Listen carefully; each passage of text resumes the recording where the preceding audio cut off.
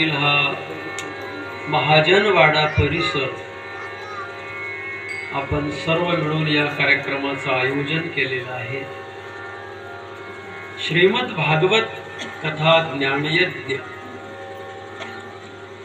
गुरुबंधू हरिभक्तीपरायण लक्ष्मणजी महाराजांच्या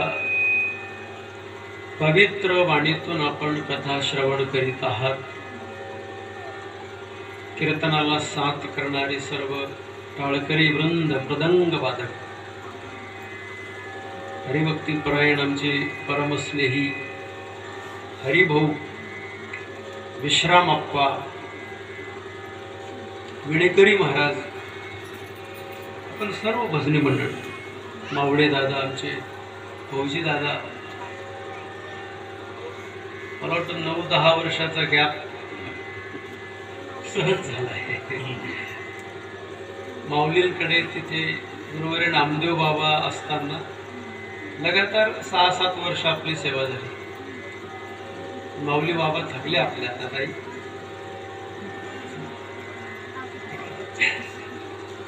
चला, छान असं वातावरण आहे. कथा आपण श्रवण करतायत. आपण सर्व भजनी मंडळ, श्रोतृवर्ग, मातृशक्ती, आबाल वृद्ध बाल गोपाल, साऊंड सिस्टीम वाले भाऊ, पंक्तीचे यजमान, कीर्तन सेवा देणारे दानशूर व्यक्ती, सर्वांना विनम्र भावाने अभिवादन. आमच्या बरोबर आमचे गुरुबंधू हरिभक्तीपरायण ज्ञानेश्वर महाराज घाडवेलकर हे सुद्धा आपल्या कीर्तनाला उपस्थित आहेत. जळगावला राहायला जवळ असल्यामुळे शक्यतो महाराज त्यांची ड्युटी नसली तर ते बरोबर असतात. पोलीस क्षेत्रामध्ये ते कार्यरत आहेत. वारकरी शिक्षण संस्थेमध्ये 4 वर्ष अभ्यासक्रम त्यांनी पण केलेला आहे. आपल्या कण्णारीला महाराजांचे पण कीर्तन झालेले.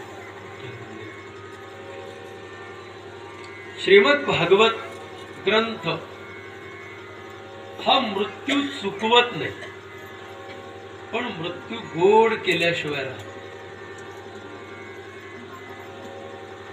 हिंदू धर्मात जन्माला आलेल्या प्रत्येक माणसाने आपल्या जीवनामध्ये मृत्यूपूर्वी कमीत कमी एकदा तरी भागवत ग्रंथ ऐकला पाहिजे. भागवत श्रवण केल्यानंतरच मरावं.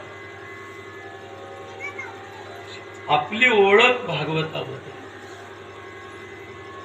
7 दिवस श्रवण करून राजा परीक्षितीचा मृत्यू चुकला नाही, पण मृत्यू गोड झाल्याशिवाय राहिला.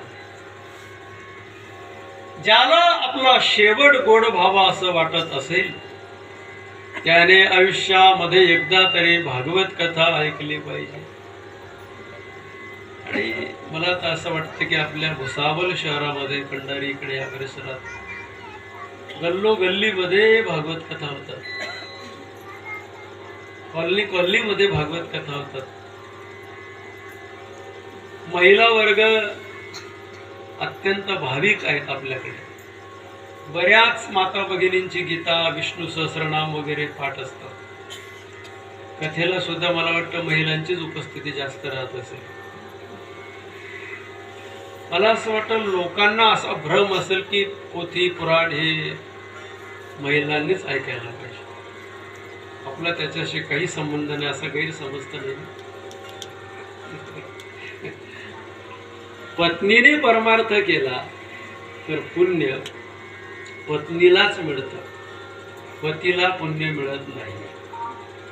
पण पती सह परमार्थ केला तर पतीचं अर्ध पुण्य आणि आपलं पूर्ण पुण्य असं 1.5 पट पुण्य अकाउंटवर जमा होतं.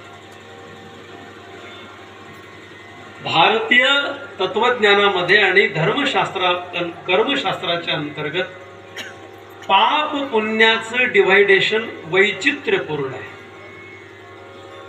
स्त्रीने पुण्य केलं तर तिचं पुण्य तिलाच मिळतं. पुरुषाने पुण्य केलं तर पुरुषाचं अर्ध पुण्य पत्नीला आपोआप ट्रान्सफर होतं. का? अर्धांगिणी पतीचं अर्ध अंग म्हणजे स्त्री असते. अनुगामिणी शास्त्रामध्ये पतिव्रता स्त्रीला अनुगामिनी म्हणतात आणि हे अद्ययावत आहे. लग्न मंडपापासूनच हे सर्व ठरलेलं असतं.